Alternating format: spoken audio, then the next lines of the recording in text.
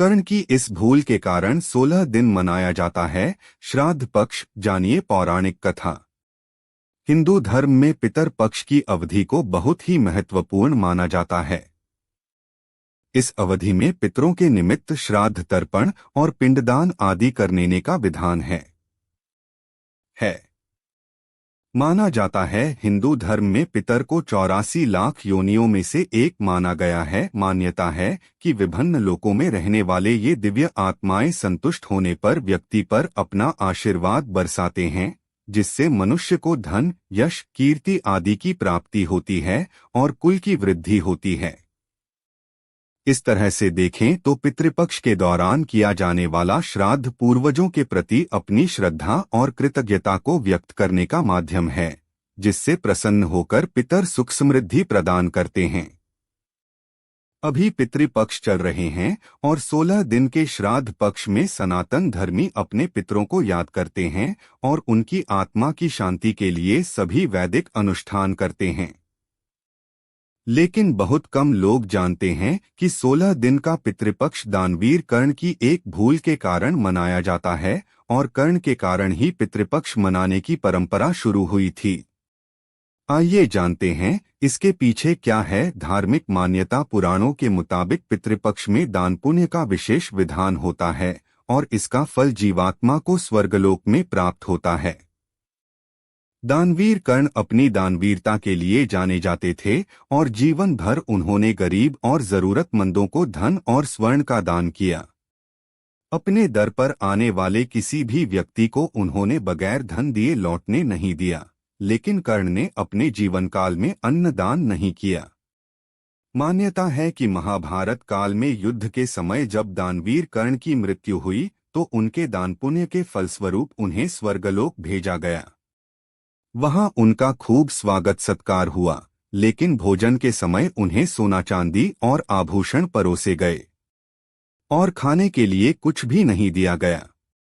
कर्ण इस व्यवहार को समझ न सके और उन्होंने देवराज इंद्र से पूछा कि हे स्वर्गाधिपति, यहाँ मुझे भोजन में सोना चांदी और आभूषण परोसे गए हैं, लेकिन मैं इनका सेवन नहीं कर सकता। मेरे साथ इस व्यवहार का क्या कारण है?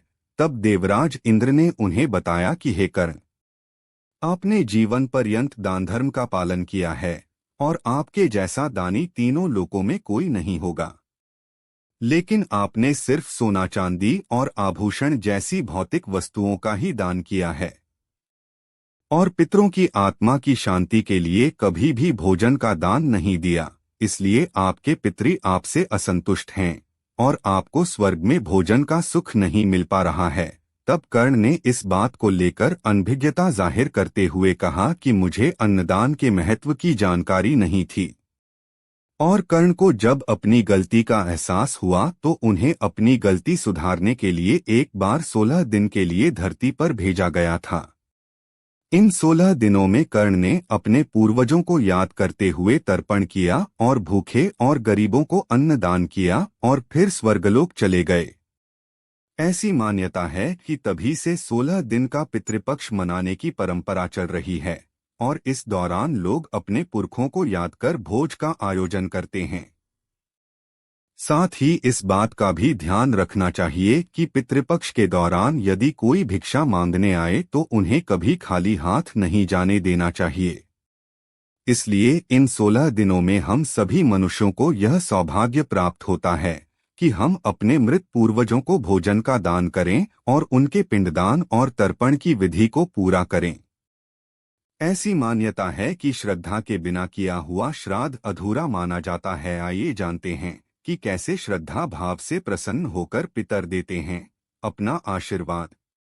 पितृपक्ष की पौराणिक कथा के अनुसार जोगे तथा भोगे दो भाई थे।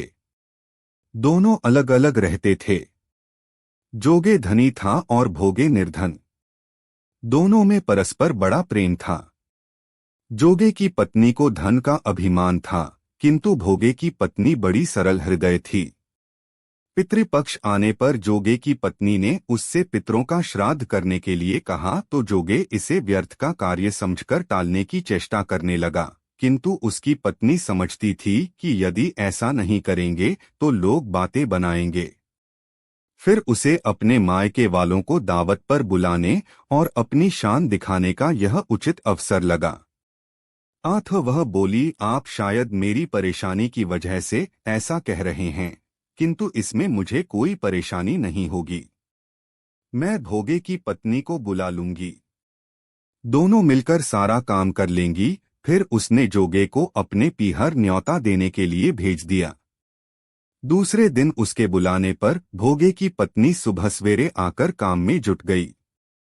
उसने रसोई तैयार की, अनेक पकवान बनाए, फिर सभी काम निपटाकर अपने घर आ गई। आखिर उसे भी तो पितरों का श्राद्ध तर्पण करना था। इस अवसर पर न जोगे की पत्नी ने उसे रोका, न वह रुकी। शीघ्र ही दोपहर हो गई। पितर भूमि पर उतरे। जोगे भोगे के पितर पहले जोगे के यहाँ गए तो क्या देखते हैं कि उसके ससुराल वाले वहां भोजन पर जुटे हुए हैं। निराश होकर वे भोगे के यहाँ गए। वहां क्या था? मात्र पितरों के नाम पर अगियारी दे दी गई थी। पितरों ने उसकी राख चाटी और भूखे ही नदी के तट पर जा पहुंचे। थोड़ी देर में सारे पितर इकट्ठे हो गए और अपने अपने यहाँ के श्राद्धों की बढ़ाई करने लगे। जोगे भोगे के पितरों ने भी अपनी आपबीती सुनाई। फिर वे सोचने लगे, अगर भोगे समर्थ होता तो शायद उन्हें भूखा न रहना पड़ता, मगर भोगे के घर में तो 2 जून की रोटी भी खाने को नहीं थी। यही सब सोचकर उन्हें भोगे पर दया आ गई। अचानक वे नाच नाच कर गाने लगे, भोगे के घर धन हो जाए, भोगे के घर धन हो जाए। सांझ होने को हुई।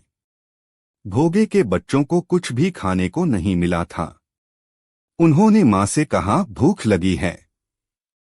तब उन्हें टालने की गरज से भोगे की पत्नी ने कहा, जाओ, आंगन में हौदी औंधी रखी है, उसे जाकर खोल लो और जो कुछ मिले बांटकर खा लेना। बच्चे वहां पहुंचे तो क्या देखते हैं कि हौदी मोहरों से भरी पड़ी है। वे दौड़े दौड़े मां के पास पहुंचे और उसे सारी बातें बताईं। आंगन में आकर भोगे की पत्नी ने यह सब कुछ देखा तो वह भी हैरान रह गई। इस प्रकार भोगे भी धनी हो गया, मगर धन पाकर वह घमंडी नहीं हुआ। दूसरे साल का पितृपक्ष आया। श्राद्ध के दिन भोगे की स्त्री ने 56 प्रकार के व्यंजन बनाए। ब्राह्मणों को बुलाकर श्राद्ध किया, भोजन कराया, दक्षिणा दी। जेठ जेठानी को सोने चांदी के बर्तनों में भोजन कराया। इससे पितर बड़े प्रसन्न तथा तृप्त हुए। आशा है आप सभी को यह कथा पसंद आई होगी। अगर कथा पसंद आए तो वीडियो को लाइक कीजिए, शेयर कीजिए। अपना अमूल्य समय देने के लिए आप सभी का बहुत बहुत आभार, धन्यवाद।